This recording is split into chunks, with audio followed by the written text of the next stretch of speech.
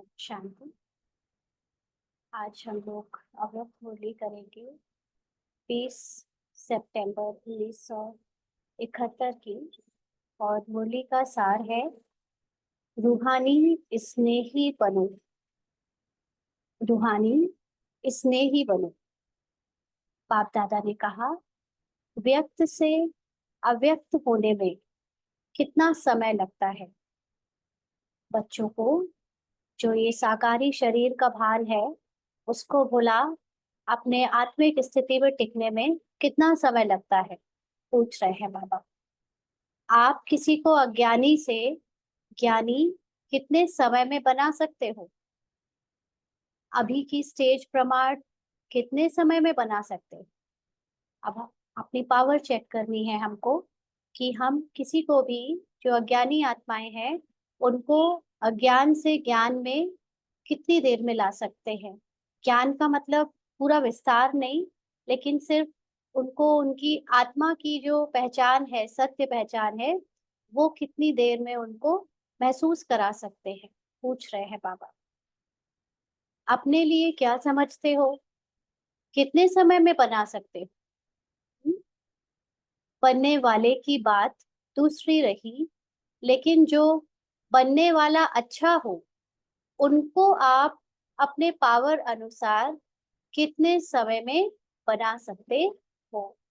तो जो लोग उतने इंटरेस्टेड नहीं होते ज्ञान में या अध्यात्म में या अपने सत्य को जानने में, उनकी बात छोड़ो। लेकिन बाबा कह रहे हैं कि जो लोग इंटरेस्टेड हैं, जो जानना चाहते हैं, जो यहाँ पर आपसे अपना सत्य पहचान लेने आते हैं, उनको आप अपने पावर अनुसार, अपनी पावर का मतलब अपनी स्थिति के अनुसार, जितनी हमारी खुद की स्थिति होगी उतना ही हम दूसरों को आप समान बना सकेंगे। तो दूसरों को कितनी देर में हम जो है उस आत्मिक स्थिति या अव्यक्त स्थिति में टिका सकते हैं, पूछ रहे हैं बाबा। अभी अपनी स्पीड का मालूम तो होता है ना, क्योंकि हमें अपनी स्पीड चेक करनी चाहिए, है ना। क्योंकि अभी हम ही जितनी देर में या जिस स्मृति में रहते हैं, ये तो हमें खुद ही पता है ना। क्योंकि ये बात सिर्फ ऐसी नहीं है कि वो पुरुषार्थ का समय या जो बाबा की जो ड्रिल है कि अभी अभी 1 मिनट में अशरीरी हो जाओ, या अभी अभी 1 मिनट में निराकारी स्थिति में टिक जाओ। ये टिक जाओ या अशरीरी हो जाओ, ये ड्रिल तब तक तो ठीक थी कि जब हम पुरुषार्थ के इनिशियल स्टेजेस में थे। अभी तो हर समय, हर पल, हर कर्म करते आपको अपनी निराकारी स्थिति, अपनी अव्यक्त स्थिति का ज्ञान इमर्ज रहना चाहिए, है ना। ये बात उसकी नहीं है कि हम उसको उस स्थिति में टिक के बैठे रहे, लेकिन कर्म करते समय अपनी जो ये सत्यता है, जो सत्य स्थिति है, वो हर समय स्मृति में रहनी चाहिए, है ना। क्योंकि अब तो ऐसा टाइम आ चुका है एकदम लास्ट का। तो जो जिस स्थिति में जितनी जल्दी या जितना ज्यादा टिका होता है, वो दूसरों को भी उसी स्थिति में टिका सकता है। तो बाबा अपनी अपनी स्पीड का तो मालूम होता है ना, ऐसे कह रहे हैं। समय प्रमाण अभी अज्ञानी को ज्ञानी बनाने में कुछ समय लगता है। वह भी इसलिए क्योंकि बनाने वाले अपने को अव्यक्त रूप बनाने में अभी तक बहुत समय ले रहे हैं। तो जो बच्चे कोर्स कर चुके हैं, जिनको पता है उनका सत्य स्वरूप, उसके बावजूद वो उस स्थिति में टिकने में टाइम लेते हैं, है ना। उस स्थिति को अपने से दूर समझते हैं, अपने आप को समझते हैं कि अभी तो हमें वैसा पुरुषार्थ करना है, बनना है। ये नहीं समझते कि मैं हूं ही वो। तो क्योंकि बच्चे खुद ही इतना समय ले रहे हैं, तो अज्ञानी को ज्ञानी बनाने में भी समय लग रहा है। तो बाबा ने कहा, जैसे जैसे बनाने वाले स्वयं 1 सेकंड में व्यक्त से अव्यक्त रूप में स्थित होने के अभ्यासी बनते जाएंगे, वैसे ही बनने वालों को भी इतना जल्दी बना सकेंगे। तो ये जो मूल सेवा है, मूल सेवा में आत्मा की जो सेवा होती है वो अपनी स्थिति से होती है। उसको कोई स्थूल सेवा करने की जरूरत नहीं होती, उसको भाषण करने की भी जरूरत नहीं होती, उसको आ, जो है मनसा सेवा के लिए श्रेष्ठ अलग से संकल्प करने की जरूरत भी नहीं पड़ती। वो अपनी मूल अवस्था से, मतलब अपनी आत्मिक अवस्था में टिक कर ही अनेक आत्माओं को अट्रैक्ट कर सकता है। तो बाबा ने इसीलिए कहा कि जैसे जैसे जो आत्माएं स्वयं एक सेकंड में व्यक्त से अव्यक्त रूप में स्थित होने की अभ्यासी बनती जाएंगी, वैसे वैसे वो अनेक आत्माओं को भी इतनी जल्दी वैसा बना सकेंगी। क्योंकि अब समय जो है ना, वो फास्ट फास्ट आत्माओं को उनके सत्य में टिकाने का आता जा रहा है।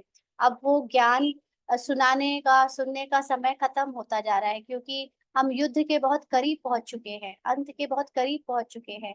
तो अब जो टाइम है उसको अपनी स्थिति से ही सेवा करने का समय है। कि कोई देवता धर्म की आत्मा ना भी हो, लेकिन एक सेकंड में किसी को मुक्ति, किसी को जीवन मुक्ति का वरदान देने के निमित्त बन जाएंगे।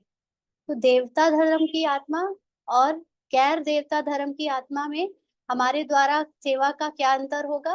कि जो देवता धर्म की आत्मा होती है वो पूरा कोर्स करती है ना, उसको सृष्टि चक्र तक पूरा ज्ञान मिलता है, लेकिन वो जीवन मुक्ति में जाती है।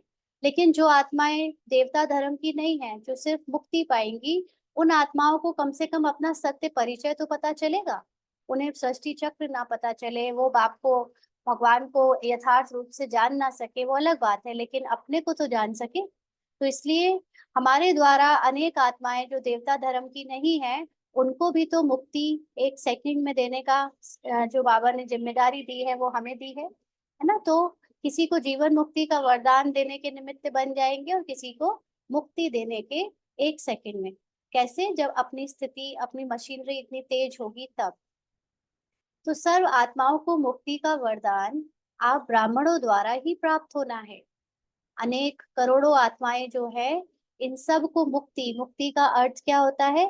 उनकी साइलेंस स्थिति में टिक जाने का जो वरदान है, या उनको जो उनकी सत्य आत्मिक स्थिति है जिसमें वो अपनी दुखों से, ये जो संसारिक जो ड्रामा में पार्ट चल रहा है उसके भान से मुक्त हो जाएंगी, उसके दुख से मुक्त हो जाएंगी। क्योंकि सारी आत्माओं को दुख या अशांति फील कब होती है?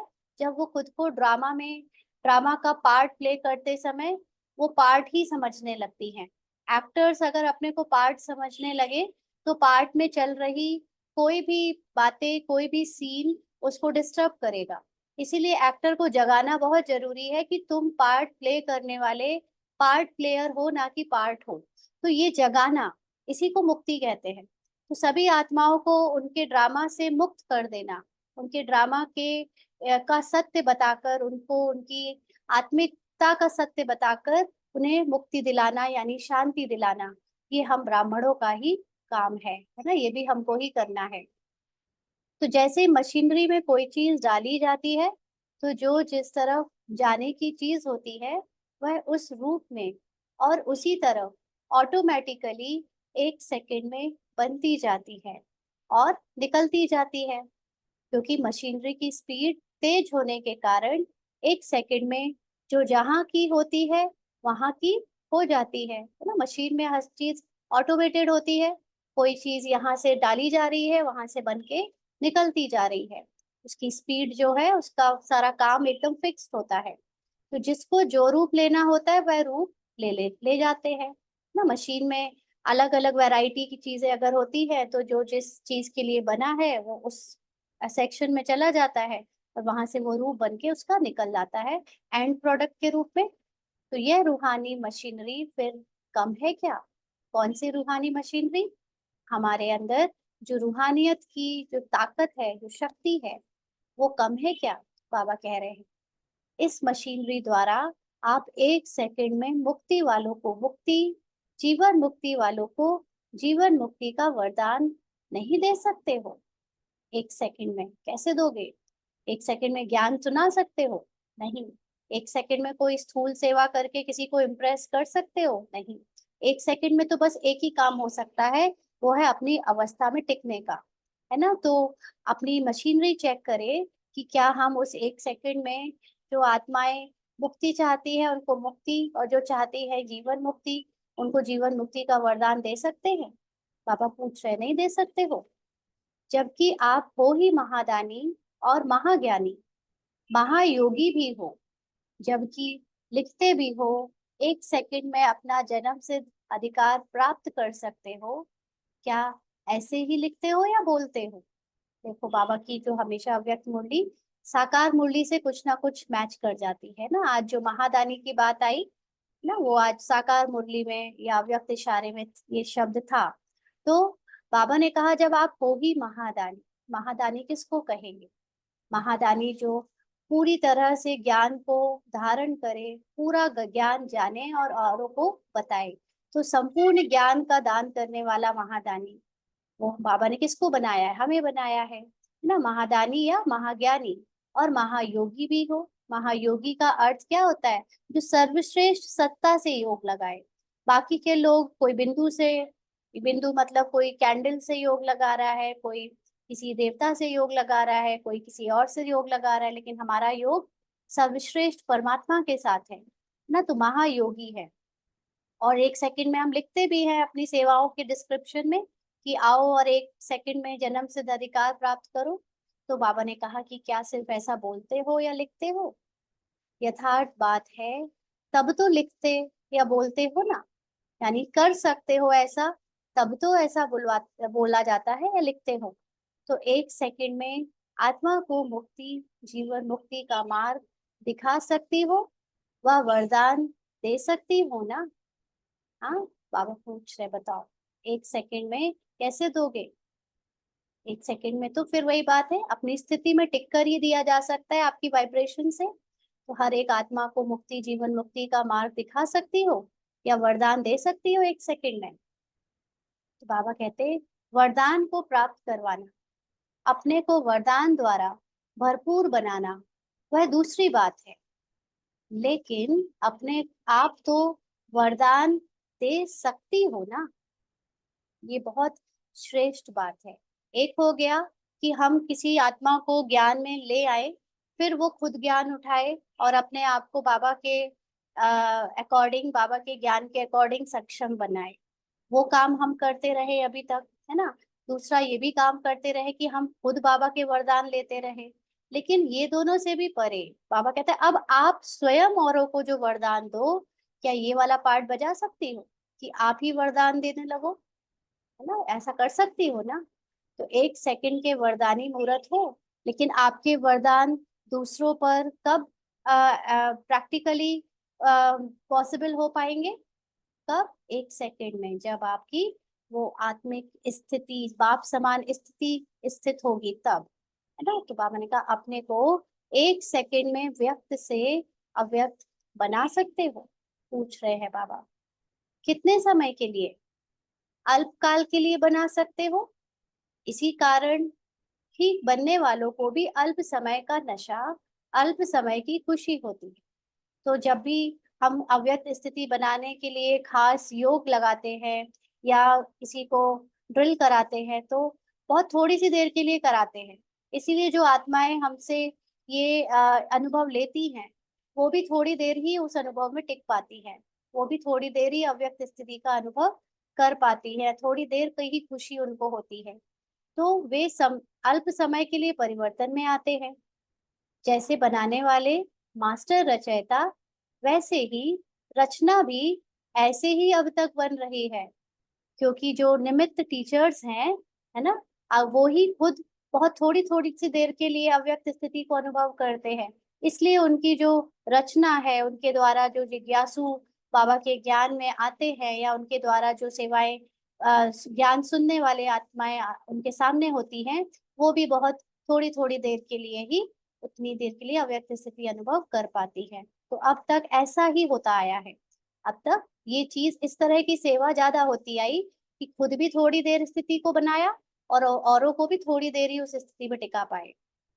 तो बाबा कहते हैं जैसे आप लोग बाप से अल्प समय के लिए रूरिहान करते हो, मिलन का, मगन का, गुणों का, स्वरूप का अनुभव करते हो, ऐसे ही रचना भी अल्पकाल के लिए आप लोगों की महिमा करती है, अल्प समय के लिए मिलने जुलने का संबंध रखते हैं। तो बाबा के बच्चे अभी तक क्या करते आए कि जब बाबा मिलन हो रहा है या जब अमृत वेला या नुमा शाम कर रहे हैं या पूरे दिन में जो घंटे, 2 घंटे, 3 घंटे का बस जब योग लगाया, तभी बाबा से बात कर ली, रूरिहान जो करना है कर लिया, बाकी के समय वही लौकिक में व्यक्त भाव में चले जाते हैं, है ना। तो जो अल्पकाल का समय बाबा के साथ रूरिहान में या व्यक्त स्थिति में टिकते हैं, उसी कारण से जो रचना है, जिनको हम ज्ञान सुनाने के निमित्त बनते हैं, वो भी अल्पकाल के लिए ही हमारी महिमा करते हैं, या अल्पकाल के लिए ही हमारे मिलने जुलने के कांटेक्ट में आते हैं, है ना। क्योंकि अभी तक जो ये योगी को हम एक जीवन शैली कहते हैं, वो जीवन शैली ना बनाकर एक वो पर्टिकुलर टाइम के लिए सेट कर रखा है कि हम इतनी देर के लिए योग लगाएंगे, उतनी देर में चाहे बाबा से बात कर ले, चाहे हम या एकाग्र हो जाए, वो बस फिक्स टाइम के लिए करते हैं। उस आत्मिक स्थिति में टिक कर हर समय नहीं रहते, और उस हर समय में नहीं रहने के कारण अल्पकाल जो पार्ट बचता है, तो जो आत्माएं हमसे जुड़ती है, वो भी हमारी लिए अल्पकाल की ही महिमा करती हैं या मिलने जुलने का संबंध रखती है। तो बाबा ने कहा, अल्प समय के लिए खुद अनुभव करते हैं, गुणगान करते हैं, व कभी कभी इस प्राप्त हुए अनुभव को वर्णन करते हैं। कौन? जो जुड़े हुए जिज्ञासु है, स्टूडेंट्स हैं, वो वो भी थोड़ी देर का अनुभव बताएंगे सबको, या थोड़ी देर उस अनुभव का वर्णन करेंगे, बस थोड़ी देर ही रहेगा, अल्पकाल रहेगा। तो इसका कारण कौन? बाबा ने हमको यहाँ पर थोड़ी देर के लिए योगी बनाने का के लिए तो नहीं आया है ना। बाबा हमको यहाँ पे निरंतर योगी जीवन, सहज योगी जीवन या निरंतर आत्मिक स्थिति में टिकाने के लिए आया है। जो हमारा सत्य है, वो सत्य थोड़ी देर के लिए नहीं कि घंटे, 2 घंटे, 3 घंटे या सिर्फ 8 घंटे रहे, वो उस सत्य को जीना है, श्वासोश्वास जीना है। वो हमारा रियल आइडेंटिटी है ना। जैसे अभी हमको अपनी रियल आइडेंटिटी ये शरीर की लगती है कि मैं रूपाली हूँ, कोई कहीं से भी रूपाली की आवाज आएगी तो मुड़ के देखेगी, इतना ये शरीर का भान पक्का हो गया है। इतना ही ये भान पक्का हो जाए कि मैं आत्मा हूँ, और मैं कैसी आत्मा हूँ, मैं बाप समान, मैं संपूर्ण संपन्न आत्मा हूँ, ये भान भी इतना पक्का 24 घंटे हो जाए। तो जब हम कभी कभी वाला योग करते हैं, कभी कभी रूरिहान करते हैं, तो दूसरी आत्माएं जो हमसे जुड़ती है, वो भी कभी कभी वाली ही होती है ना। कभी कभी अनुभव का गुणगान कर लिया, कभी कभी खुद अनुभव कर लिया। तो इसका कारण क्या है? बाबा कह रहे हैं, पूछ रहे हैं, कौन है इसका कारण? मीटिंग में अनेक कारण को मिटाने का प्रोग्राम बनाया। ये जो अव्यक्त मुरली हो रही है, इसमें कोई मीटिंग हुई होगी, उसका कोई टॉपिक रखा होगा, तो उसमें ये शायद ऐसे एजेंडा होगा कि आपको मीटिंग में, प्रोग्राम में बताना है कि अभी तक सभी आत्माएं उस स्थिति में टिक क्यों नहीं पा रही ना। थोड़ी सी आत्माओं की वो स्थिति क्यों बनी है, जैसे सिर्फ दादियों की। बाकी बाकी लोग भी तो, दादी के साथ के इतने सारे आत्माएं थी जो बुजुर्ग हो चुके हैं, शरीर भी छोड़ चुके हैं, उनकी वो स्थिति क्यों नहीं बन पाई? या उनके बाद भी अनेक टीचर्स हैं, आज हजारों टीचर्स हैं हजारों सेंटर्स में, उनकी वो स्थिति क्यों नहीं बन पाई? तो बाबा ने इस मीटिंग के लिए पूछा, अगर इस कारण का निवारण कर लो, तो और सभी कारण ऐसे समाप्त हो जाएंगे जैसे कि थे ही नहीं। तो मूल कारण यही है, सदा बाप के स्नेह और सहयोग में रहने से सर्व आत्माएं आपके स्नेह में सहयोगी स्वतः ही बन जाएंगी। तो कारण क्या है? कि सदा बाप के स्नेही नहीं रहते, है ना। बीच बीच में वो स्नेह किसी और से जाकर हो जाता है, किसी किसी देहधारी में जाकर फंस जाता है। जिसका बाप के साथ सदा स्नेह है, वो हर बात, हर सेकंड, हर समय बाबा का ही संग चाहेगा, बाबा से ही शेयर करेगा, बाबा को ही अपना संसार मानेगा। तो जो सदा बाप के स्नेह और सहयोगी नहीं होते, तो उनको आत्माएं भी ऐसी मिलती है जो कभी कभी वाली होती है ना। तो बाबा ने कहा कि सदा बाप के स्नेह और सहयोग में रहने से सर्व आत्माएं आपके स्नेह में सहयोगी स्वतः ही बन जाएंगी। कई बार जैसे यहाँ सेवा में भी हम पार्ट में अपने में भी देखते हैं, दूसरों का भी देखते हैं कि कोई सेवा हुई, तो हम सीधे डायरेक्टली दूसरी आत्माओं को, जिनके साथ अभी तक सेवा का पार्ट बजाया, उनको सीधे सीधे सेवा के समाचार या सेवा में जिस जिसको हैंड्स बनाना है, उनसे बात करने लगते हैं, और कई बार बाबा को याद भी नहीं रखते, है ना। तो ऐसे में क्या होता है कि वो आत्माओं से कभी सहयोग मिलता है, कभी नहीं मिलता है, फिर हम परेशान होते रहते हैं कि कौन करेगा, कैसे होगा। लेकिन अगर हमने बाबा की स्मृति में रहकर प्लेन स्थिति से प्लान बनाया है। प्लेन स्थिति का मतलब उसमें अपना कुछ भी नहीं जोड़ना, बस बाबा के साथ बैठ गए स्मृति में कि मैं आत्मा बाबा के साथ हूँ। फिर जो जो प्लान आता गया वो बनता गया, तो ऑटोमेटिकली फिर आपके द्वारा ऐसी आत्माओं से ही संपर्क होएगा जो आपके साथ सहयोगी बनने वाली है, वो कभी मना नहीं करेंगी। तो ये अंतर आ जाता है ना। करते सब है सेवा, लेकिन कोई मेहनत से करता है और कोई एकदम मोहब्बत से करता है। बाबा के मोहब्बत मोहब्बत में समाया रहता है, और सेवा साथी सेवा का सहयोग देते रहते हैं। तो सुनाया था ना कि आज आत्माओं को सर्व अल्पकाल के सुख शांति के साधन हैं, लेकिन सच्चा स्नेह नहीं है। आज पूरे संसार में जिसको भी देखो, चाहे वो, आज कहीं हम सुन भी रहे थे कि आज अच्छा हाँ, ब्रह्मा कुमारीज में हमारे कोई, वो आज तक के एक एडिटर है ना जो आते हैं टीवी में, उनका नाम मैं भूल रही हूँ, उनका ही कोई एक्सपीरियंस सुन रहे थे, तो वो भी यही कह रहे थे कि आजकल लोगों के रिश्ते सिर्फ आधार कार्ड में लिखने के लिए या कोई भी ऑफिशियल लीगल पेपर है बस उसमें लिखने के लिए रह गए हैं। बाकी रियल में सच्चा स्नेह किसी का नहीं रह गया, ना माँ बाप का बच्चों से, ना पति का पत्नी से, ना कोई और रिश्ते में रह गया। सिर्फ एड्रेस भी बताते हैं तो शरीर का एड्रेस बता देते हैं, बाकी वहां खुद रहते नहीं, है ना। तो ये जो आज सारे संसार की आत्माएं हैं वो सच्ची स्नेह, सच्ची सुख शांति जो है वो चाहती है। बाबा ने कहा, सुनाया था ना कि आज आत्माओं को सर्व अल्पकाल के सुख शांति के साधन है, लेकिन सच्चा स्नेह नहीं है। तो स्नेह की भूखी आत्माएं हैं। अन्न और धन शरीर के तृप्ति का साधन है। अच्छा खाना या सुख साधन जो जोड़ते हैं उससे शरीर को कंफर्ट मिलता है, शरीर को तृप्ति मिलती है, लेकिन आत्मा की तृप्ति रूहानी स्नेह से हो सकती है ना, जिसमें कोई स्वार्थ ना हो, ऐसा स्नेह, आत्मिकता से भरा हुआ स्नेह, वह भी अविनाशी हो। ऐसा नहीं कि आज है कल नहीं है, आज हमारे साथ कोई संपर्क में है, सेंटर में आ रहा है तो उसके साथ स्नेह है, कल वो आना बंद कर दे तो हम उसको फिर भूल जाए, फिर हमें आपको जानते नहीं, फिर हम आपको देखते नहीं, है ना। ऐसा स्वार्थ वाला ना हो, है ना?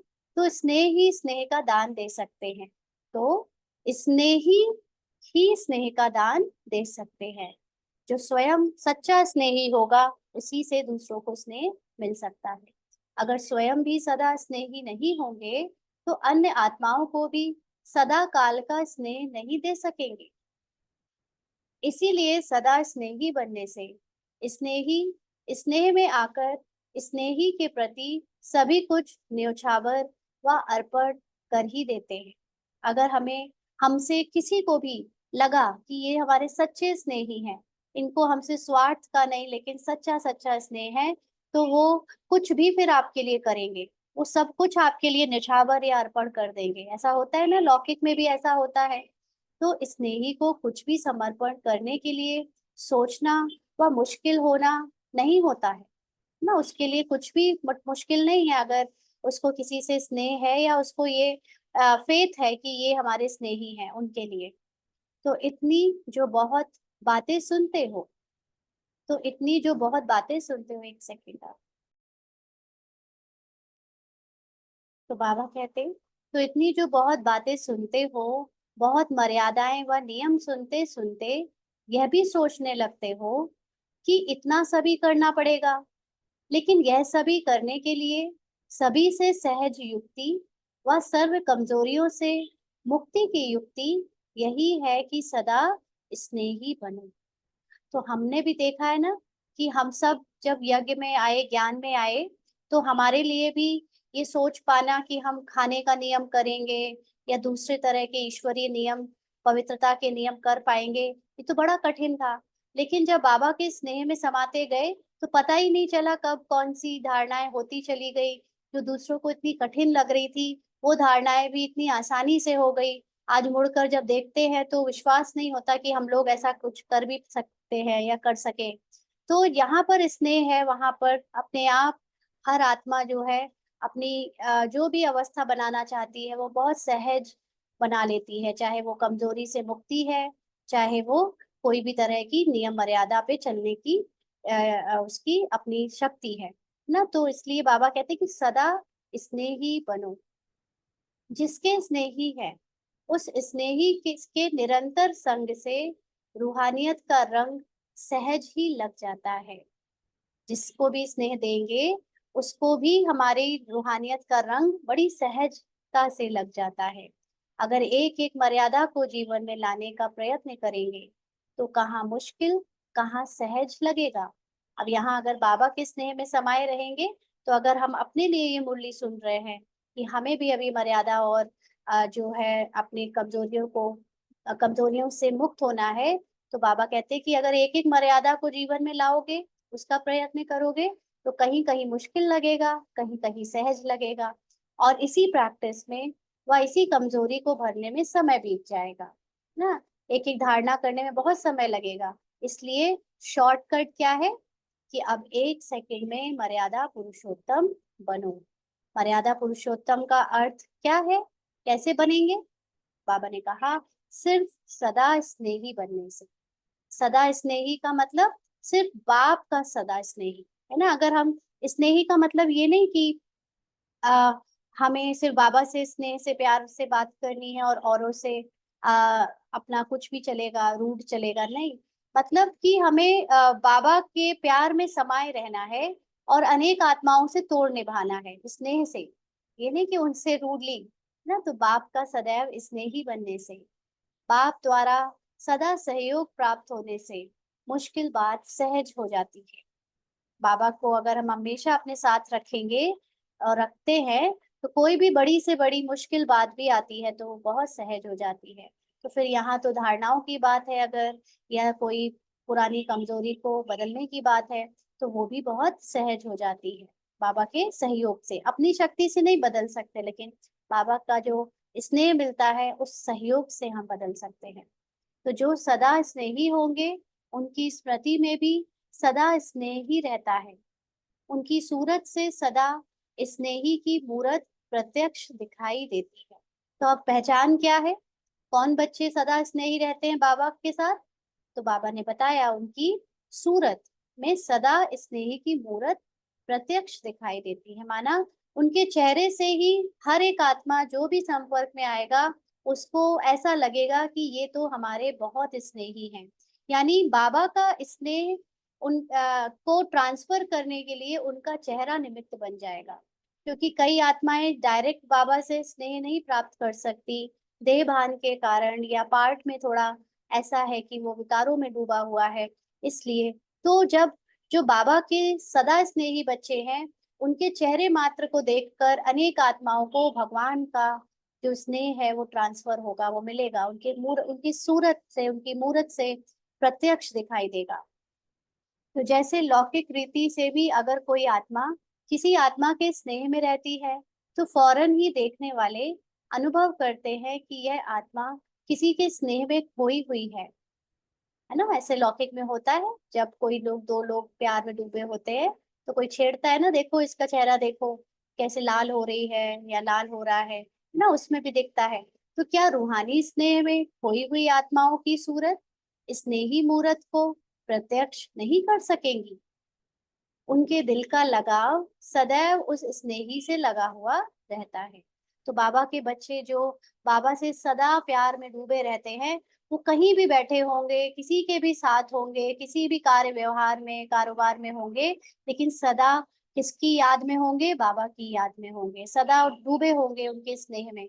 तो उनका चेहरा जैसे अपने आप ही उस मूरत, उस सूरत से उनकी वो जो मूरत है, स्नेह की मूरत, वो प्रत्यक्ष होगी। तो एक ही तरफ लगाव होने से अनेक तरफ का लगाव सहज ही समाप्त हो जाता है। तो जो धारणा करने में हमको मुश्किलात आती है उसका कारण है कि जो दूसरी आत्माओं के साथ हमारा लगाव है, वो लगाव हमको उन्हें उनसे जो हमें धारणा के समय जो हमें रिएक्शन मिलने वाला है, वो रिएक्शन हम देखना नहीं चाहते, या हमें डर है कि उन आत्माओं को कहीं दुख ना पहुंचे, क्योंकि हम कोई पर्टिकुलर धारणा करने जा रहे हैं, चाहे वो खाना खाने की है ना। अब हम जो योगी नहीं है उनका खाना नहीं खाएंगे, तो लौकिक में जिनको हमसे लगाव है और हमें उनसे लगाव है, तो हम ये धारणा हमारे लिए करना बड़ा मुश्किल हो जाएगा। और ऐसे ही पवित्रता की धारणा अगर पति का लगाव है तो पत्नी को, या पत्नी को पति से, तो दोनों में ही दिक्कत हो जाएगी, मुश्किल हो जाएगा अगर लगाव है। तो अगर हम अपना सारा लगाव बाबा से जोड़ेंगे, बाबा की तरफ रखेंगे, तो बाकी तरफ से जो लगाव है वो अपने आप सहज समाप्त हो जाएगा और वो धारणाएं बहुत आसान हो जाएंगी। और तो क्या, लेकिन अपने आप का लगाव ना, बाकी के लोगों से तो लगाव ठीक है, लेकिन सबसे बड़ा लगाव किससे होता है? अपने आप का लगाव, अर्थात देह अभिमान। तो अपने आप की स्मृति से भी सदैव स्नेही खोया हुआ होता है ना। कई अपनी ही आपके बारे में सोचे जा रहा है, मैं कैसी दिख रही हूँ, मैं अपनी पुरानी यादों में खोई हुई हूँ। तो उसमें भी वो जो अपने आप की स्मृति है, देह अभिमान है, उसमें कई लोग डूबे रहते हैं ना, अपनी रेपुटेशन में, अपनी सुंदरता में, अपने अचीवमेंट्स में। तो उसमें भी वो स्मृति उनको सदैव खोए हुए रखती है। तो इसलिए बाबा कहते हैं कि तो सहज युक्ति व विधि जब हो सकती है, तो क्यों नहीं सहज युक्ति विधि से अपनी स्टेज की स्पीड में वृद्धि लाती हो। माना, एक सहज विधि और युक्ति क्या है कि बाबा के स्नेह में डूब जाओ, बाबा से सारा लगाव रखो, तो बाकी हर एक चीज से लगाव आपका खत्म हो जाएगा, अपने आप से भी खत्म हो जाएगा। तो फिर बहुत इजीली आपकी धारणा, आपकी जो पुरुषार्थ की स्पीड है वो फास्ट हो जाएगी। अपने पार्ट को लाइक या डिसलाइक करना भी इसमें आएगा, बिल्कुल आएगा इसमें। पार्ट को लाइक और डिसलाइक करना, आ, हाँ, आप अगर उसके बारे में सोचे जा रहे हो तो ये देह अभिमान ही तो है ना। एक अच्छा एक्टर कौन होता है? एक अच्छा एक्टर वो होता है जिसको जो भी पार्ट मिले, चाहे वो विलेन का मिले, चाहे हीरो का मिले, चाहे साइड एक्टर का मिले, वो उस पार्ट को बहुत अपनी शिद्दत से निभाए और उसको लाइक या डिसलाइक की नजरों से देखे ही नहीं। जो आया सामने उसको अच्छे से प्ले किया। ये थोड़ी ना कि मैं हीरो हूं तो मैं विलेन का पार्ट प्ले नहीं कर सकता, या मैं अगर कॉमेडी करता आया हूं तो अब मैं सीरियस रोल नहीं कर सकता। उसको जो दिया जाए वो उसको परफेक्टली किया जाए, उसको लाइक डिसलाइक से परे जाना होता है। आत्मिक अवस्था यही तो होती है जिसमें हम लाइक और डिसलाइक से परे हो जाते हैं। हमें कोई भी चीज का अपना कोई संकल्प ही ना चले, ब्रह्मा उसे जो दे उसमें वो अपनी आत्मिक स्थिति में स्थित होकर वो पार्ट को प्ले होता हुआ देखे। क्योंकि एक्चुअली हम प्ले कर भी नहीं रहे, प्ले हो रहा है। हमारा तो सिर्फ इतना है काम की हमें स्मृति जगानी है कि ये प्ले जो पार्ट हो रहा है वो प्लेयर मैं हूँ, लेकिन ये जो एक्ट है वो मैं नहीं हूँ, वो दृश्य मैं नहीं हूँ। उस दृश्य में मैं हूँ, लेकिन इस दृश्य से परे हूँ मैं। और ये दृश्य की जो स्मृति है वो उसको साफ साफ पता हो कि ये साक्षी होकर मैं सिर्फ दृश्य को देख रहा हूँ दूर से। तो उसमें कुछ भी करने और ना करने को रह ही नहीं जाता। आपके द्वारा जो होना है वो होकर ही रहेगा, जो नहीं होना है वो नहीं होगा। आप तो सिर्फ बाहर से देखो उसको, है ना। तो जब बाहर से देखते हो तो आप उसको साक्षी होकर बड़ा एंजॉय करते हो। तो इसलिए यहाँ पर हम, बाबा ने कहा कि जो अपना लगाव भी है या दूसरों का लगाव भी है, वो सहज विधि या युक्ति जब है कि बाबा के स्नेह में डूब जाओ या बाबा के से ही सारा लगाव रखो, तो ऑटोमेटिकली आपकी जो पुरुषार्थ की स्पीड है वो तेज हो जाएगी, वृद्धि हो जाएगी उसमें, है ना। तो सदा स्नेही, एक सर्वशक्तिवान के स्नेही होने के कारण सर्व आत्माओं के स्नेही स्वतः बन जाते हैं। इस राज को जानने से राज युक्त, योग युक्त व दिव्य गुणों से युक्ति युक्त बनने के कारण राजयुक्त आत्मा सर्व आत्माओं को अपने आप से सहज ही राजी कर सकती है। ये बहुत राज की बात है कि जो आत्माएं सदा बाप के स्नेही होती हैं, जिनको बाप के सिवा कोई और दिखता ही नहीं, उनका लगाव कहीं और होता ही नहीं, वो ऑटोमेटिकली उनका, उनके प्रति दूसरी आत्माओं का स्नेह अपने आप जुट जाता है। उनको एक एक के साथ अलग से मेहनत नहीं करनी पड़ती, दिखावा नहीं करना पड़ता, फॉर्मेलिटी नहीं करनी पड़ती। वो सिर्फ बाप के प्यार में डूबे रहने की ही, एक्चुअली उसमें भी वो कुछ करती नहीं है, सिर्फ डूबी रहती है। तो ऑटोमेटिकली उनके जो द्वारा पार्ट बज रहा है वो पार्ट एकदम राजयुक्त हो जाता है, योग युक्त हो जाता है, मानना साक्षी होकर प्ले होता है। और उनके अंदर जो गुण है, अभी हम एक एक दैवीय गुणों को अपने अंदर भरने की मेहनत करते हैं ना। जैसे मुझे हमेशा लगता था बाबा, एक तो पहले पीछे पड़ी रहती थी कि दैवी गुण है क्या, है ना, कुछ जान लिए, लिस्ट बना ली, फिर वो अंदर लाने के लिए कोशिश, उसमें बाबा चार्ट बनवाता था कि बताओ अपने अंदर कितने परसेंट है वो दैवी गुण।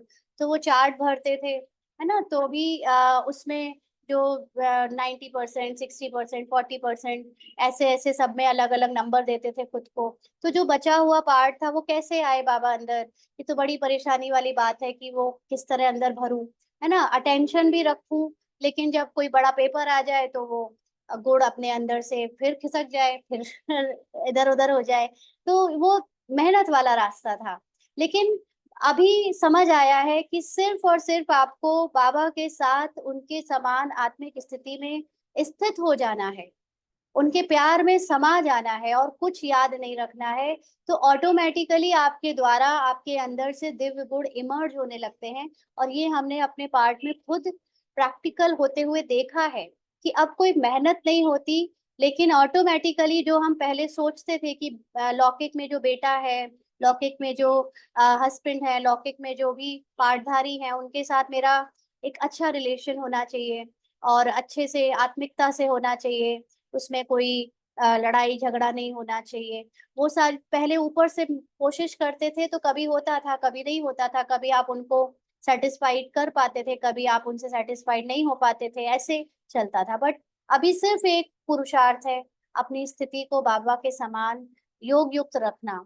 और वो योग युक्त यानी वो अपने को संपूर्ण समझ कर रखना, अपनी पूरा अटेंशन अपनी संपूर्णता की तरफ रखना कि मैं संपूर्ण हूँ ही, उसमें 1% भी मार्जिन नहीं है कि मैं नहीं हूं, मैं हूं ही।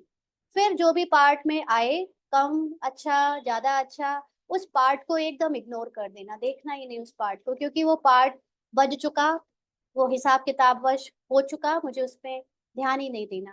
जब ये पुरुषार्थ शुरू किया तो अभी खुद देखते हैं कि जिसके साथ जैसा एग्जैक्टली बिहेवियर होना चाहिए वो होता जा रहा है। और खुद बड़ा मैजिकल लगता है ये देखना कि अब वाकई में वो दिव्य गुण अपने अंदर दिखने शुरू हो गए हैं, जिसको बाबा कहता है ना कि अंत में आपको खुद ही साक्षात्कार हो जाएगा कि आप सतयुग का।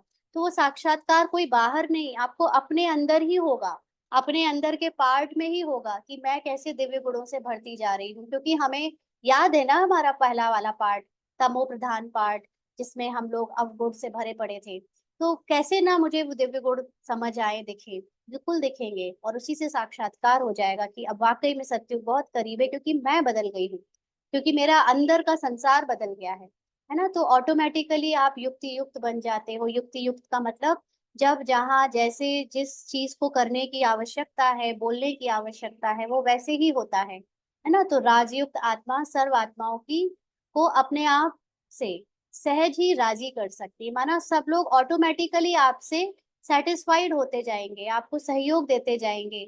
जो अभी एक एक को सेटिस्फाइड करते हैं तो ऊपर से किसी को खुश करने के लिए हाँ जी कर दिया, फिर पीछे से पता चला वो नहीं मैच कर रहा है, तो दोनों, वहां से भी एनर्जी अच्छी नहीं आ रही है, यहाँ से भी एनर्जी बिगड़ रही है।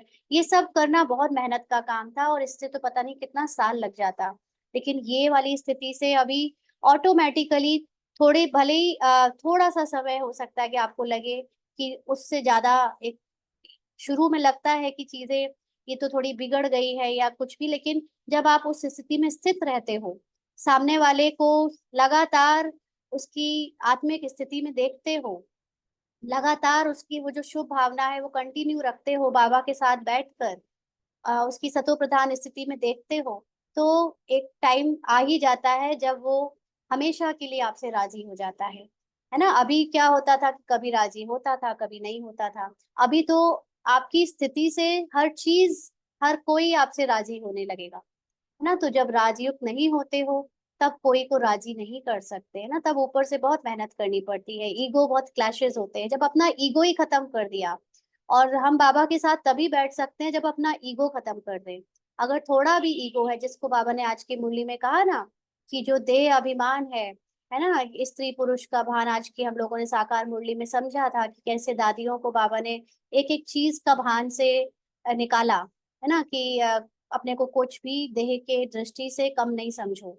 तो जब वो चीजें हमारी एंड हो जाती हैं, ईगो कंप्लीटली, तब हम बाबा के साथ निरंतर बैठ सकते हैं। तो अगर उसकी सूरत व साज द्वारा उसके मन के राज को जान जाते हैं और जब अपनी स्थिति बन जाती है आत्मिक, तो ऑटोमेटिकली हमें सामने वाले की सूरत से ही उसके मन में क्या राज है, क्या वो चाहता है, वो सब समझ आ जाता है और हम उसको राजी कर सकते हैं, माना उसको सेटिस्फाइड कर सकते हैं। लेकिन कहाँ कहाँ सूरत को देखते, साज को सुनते, उसके मन के राज को ना जानने के कारण अन्य को अभी भी नाराज करते हो, वह स्वयं नाराज होते हो। क्योंकि जब आत्मिक स्थिति कंप्लीटली नहीं बनी होती, कभी कभी वाली होती है, तो हम फिर क्या करते हैं, हम सामने वाले की शक्ल देखेंगे या उसने जो कहा है वो शब्दों को याद करेंगे, और उसके कारण उसके मन की स्थिति को समझ नहीं पाते। कई बार ऐसा होता है कि सूरत कुछ कहती है लेकिन अंदर कुछ और होता है ना। कई बार हमको देख के लगता है कि ये शायद आज नाराज हैं, लेकिन अंदर वो शायद किसी और बात से परेशान है, और हमने सोचा वो नाराज है, तो हमने कुछ और ही फिर उसके साथ बिहेव करना शुरू कर दिया, है ना, एटीट्यूड दिखाना शुरू कर दिया। और वो बेचारा अपने आप से किसी बात से परेशान था, या कहीं उसने कोई बात बोल भी दी, और हो सकता है कि वो अंदर किसी कोने में कुछ दुख था, परेशान था, इसलिए बोल दिया। तो हमने उसको जवाब दे दिया तो उसकी स्थिति और खराब कर दी, है ना। तो अभी हम सूरत और उसकी आवाज को सुनकर उसके मन को राज नहीं जानते, तो फिर वो अभी और भी नाराज कर देते हैं उनको, या खुद उनसे नाराज हो जाते हैं। तो जो सदा स्नेही के राज को जान राज युक्त बनो, यानी सदा बाबा के प्यार में समाये रहो, तो ऑटोमेटिकली आपको दूसरों की आत्मिक, दूसरों के मन की स्थिति भी समझ आनी शुरू हो जाएगी। या आपको सोचना भी नहीं पड़ेगा एक्चुअली कि उनके मन की स्थिति क्या चल रही है, आपके द्वारा पार्ट ही एकदम एक्यूरेट बजेगा। क्योंकि बुद्धि से आप एक ही चीज सोच सकते हो, या तो आप बाबा के साथ बैठ जाओ, या आप उनके बारे में सोचो कि अब इसके साथ कैसा बिहेव करूं, ये ऐसा है तो वैसा बोलूं, कि ये बोलूं कि वो बोलूं, ये करूं या वो करूं। तो बुद्धि तो एक बार में एक ही काम कर सकती है। तो बेस्ट क्या है, बेस्ट है कि बाबा के साथ आप बैठ जाओ, और अब ड्रामा में जो होना है उसको साक्षी होकर देखो। तो जब आप बाबा के साथ बैठ जाते हो, तो ऑटोमेटिकली आपका जो पार्ट है उस आत्मा को समझने का या उस आत्मा के साथ व्यवहार में आने का, वो एक्यूरेट होता है।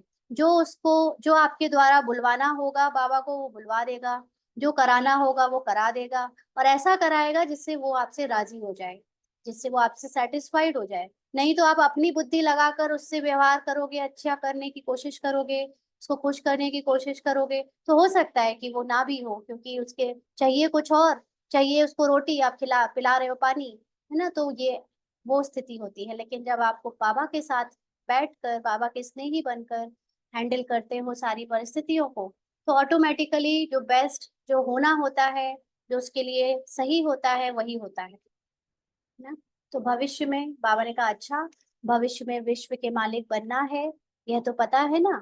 भविष्य में हर चीज संकल्प की शक्ति से होगी। देखो अभी भी एलन मस्क जो है, वो संकल्प की शक्ति को ही यूज कर रहा है ना। अभी उसने इतनी ऐसे रोबोट्स बना दिए हैं, या ऐसे बहुत टेक्नोलॉजी में कि संकल्पों से काम होंगे। तो ये किसके लिए तैयारी हो रही है, हमारे लिए ही तो हो रही है। तो हमारे संकल्पों से काम कब होंगे, अभी तो बाबा है साथ में। अभी तो हम बाबा के साथ बैठकर संकल्पों से काम करा रहे हैं। लेकिन जब हम पूरी तरह, बाबा हमको चेक कर लेगा, देख लेगा कि ये अब ठीक से गाड़ी चला सकते हैं, है ना, तो हमको भविष्य की, विश्व की जो राजगद्दी है, या भविष्य विश्व का जो दुनिया आने वाली है, वो सौंप कर खुद चला जाएगा कि अब तुम संकल्पों से ढंग से दुनिया चला सकते हो, अब तुम ट्रांसफर हो जाओ, है ना। तो इसलिए, लेकिन अभी उसके लिए हमें बाबा के साथ बैठकर गाड़ी चलानी सीखनी पड़ेगी। भविष्य में हम गाड़ी स्वयं चलाएंगे अपने पार्ट की, लेकिन अभी ये पार्ट बाबा के साथ बैठकर बजाना है। तो इसीलिए बाबा कहते हैं, मगर अभी क्या हो, अभी विश्व के मालिक हो या सेवाधारी। तो अभी हमें अपने आप को सेवाधारी समझकर गाड़ी सीखनी है ना, बाबा के साथ बजट चलानी है। और भविष्य में तो मालिक से मालिक बनकर चलाएंगे। ठीक है। अच्छा। अच्छा, किसी को कोई क्वेश्चन पूछना हो तो अनम्यूट करके पूछ सकते हैं। बहुत सुंदर बोली थी।